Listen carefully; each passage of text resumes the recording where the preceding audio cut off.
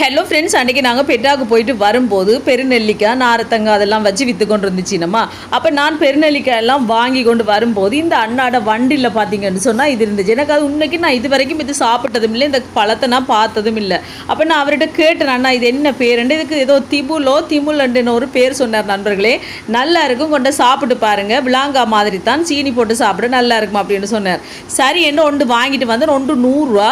சரி என்ன வாங்கிட்டு வந்து அதை உடைச்சா அந்த விளாங்காயோட கோது மாதிரி தான் உடைக்க கொஞ்சம் கஷ்டமாக இருந்து அடித்து உடைச்சாச்சு. அதுக்கு பிறகு பார்த்தீங்கன்னு சொன்னால் இந்த மாதிரி தான் இருந்துச்சு. ஆனால் அந்த மனம் வந்து எனக்கு அவ்வளோ ஒரு மாதிரி பிடிக்கல. டேஸ்ட்டும் சீனியெல்லாம் போட்டு நாங்கள் விளாம்பழம் சாப்பிட்ற மாதிரியே மிக்ஸ் பண்ணி தான் பார்த்தேன்.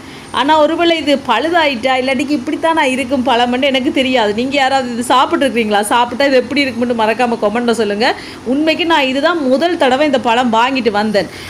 சீனியெல்லாம் போட்டு மிக்ஸ் பண்ணி சாப்பிட்டு பார்த்தா எனக்கு பிடிக்கல நண்பர்களே.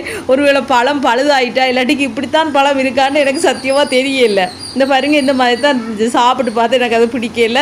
அதோட இப்படி காட்டியாச்சு. சரியா, நோ நாட் குட் அண்டு அதோட அப்படியே தூக்கி போட்டாச்சு. நீங்கள் யாராவது இது சாப்பிட்ருந்தா இது எப்படி இருக்குமென்னு மறக்காமல் கமெண்ட்டில் சொல்லுங்கள். வீடியோ பிடிச்சிருந்தா மறக்காமல் சேனலை சப்ஸ்கிரைப் பண்ணுங்கள்.